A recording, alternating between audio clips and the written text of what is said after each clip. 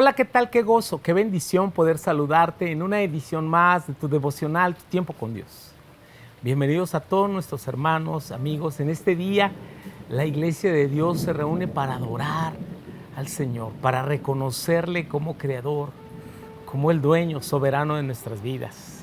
Llega temprano, sirve, con ánimo pronto, sé fiel al Señor. Acompáñanos en la escritura que corresponde en este día, en el libro de los Hechos, capítulo 9, versículos 1 al 9, al encuentro de un perseguidor. Saulo, respirando aún amenazas y muerte contra los discípulos del Señor, vino al sumo sacerdote y le pidió cartas para las sinagogas de Damasco a fin de que se hallase algunos hombres o mujeres de este camino los trajese presos a Jerusalén. Mas yendo por el camino, aconteció que al llegar cerca de Damasco, repentinamente le rodeó un resplandor de luz del cielo. Y cayendo en tierra, oyó una voz que le decía: Saulo, Saulo, ¿por qué me persigues? Él dijo: ¿Quién eres, Señor? Y le dijo: Yo soy Jesús a quien tú persigues. Dura cosa te es dar costas contra el aguijón. Él, temblando y temeroso, dijo: Señor, ¿qué quieres que yo haga? Y el Señor le dijo: levántate y entra en la ciudad, y se te dirá lo que debes hacer. Y los hombres que iban con Saulo se separaron. Se pararon atónitos, oyendo a la verdad la voz, mas sin ver a nadie. Entonces Saulo se levantó de tierra y abriendo los ojos no veía a nadie, así que llevándole por la mano, le metieron en Damasco, donde estuvo 3 días sin ver y no comió ni bebió. Al encuentro de un perseguidor. Aparece por segunda vez Saulo de Tarso, que no es nada más ni nada menos que el apóstol Pablo posteriormente.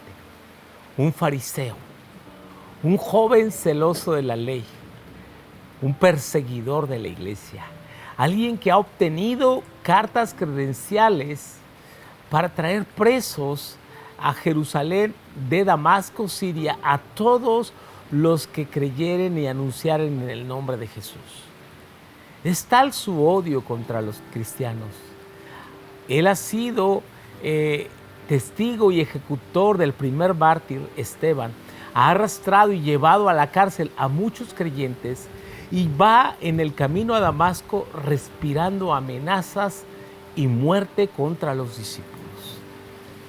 O sea, es un hombre que en un momento va maldiciendo, va respirando amenazas y va diciendo su propósito de destruirlos, de acabarlos.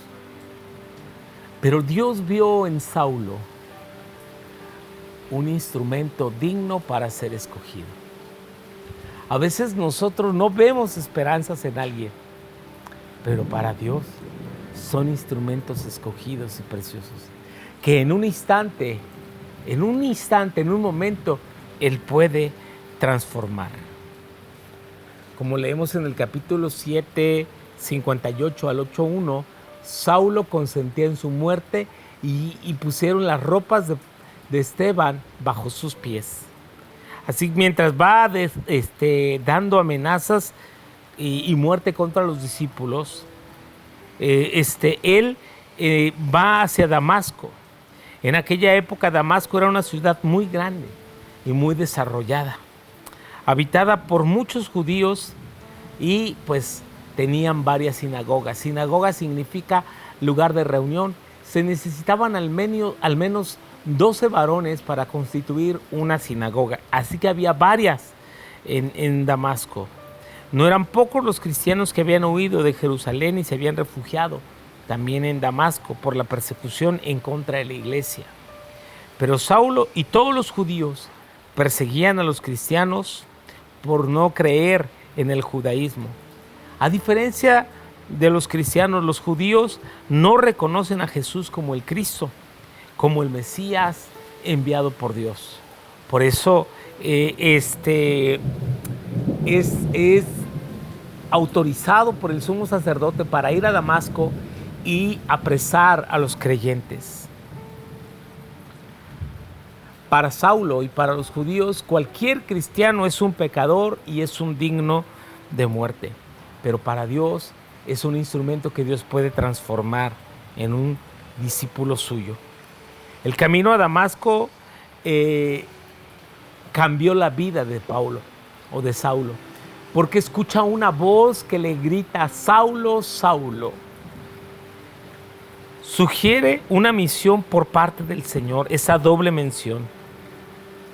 Siempre que Dios habló dos veces, está dando una comisión. Moisés, Moisés. Abraham, Abraham, dijo el Señor. Entonces, siempre que Dios mencionó dos veces el nombre de una persona, sugiere una misión de parte de Dios y es una situación apremiante. Las frases: ¿por qué me persigues? Y yo soy Jesús a quien tú persigues, demuestran que Jesús se identifica con sus discípulos. Que cualquier ofensa, que cualquier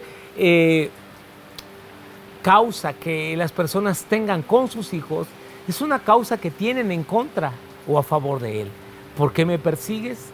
Saulo no está persiguiendo a Cristo físicamente, pero sigue a la iglesia y la iglesia es de Cristo. Por eso dice: me persigues a mí.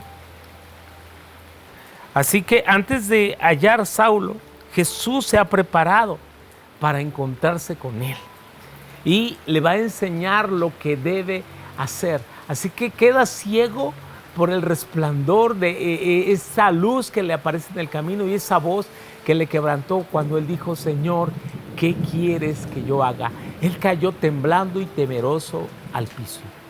En un instante es un hombre que va maldiciendo y va amenazando a los discípulos y al camino del Señor.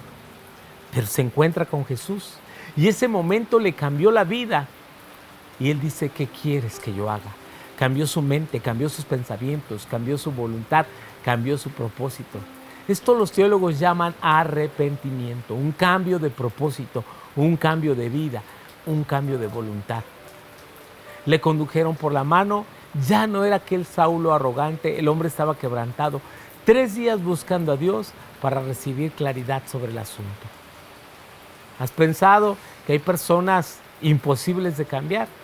Piensa en Saulo de Tarso, que en un instante Dios quebrantó su voluntad y su terquedad. Oremos para que Dios le salga al encuentro a aquellas personas que se han resistido al Señor y que pueden ser un instrumento poderoso de su gracia, de su amor y de su mensaje. Un día fuimos encontrados por Dios. Tomemos en cuenta, Él nos buscó primero. No fuimos nosotros quienes amamos a Dios, sino que Él nos amó primero, dijo el apóstol Juan, y envió a su Hijo en propiciación por nuestros pecados. Te mando un fuerte, fuerte abrazo a la distancia y que Dios te bendiga. Mi deseo es conocerte a ti, Señor Jesús.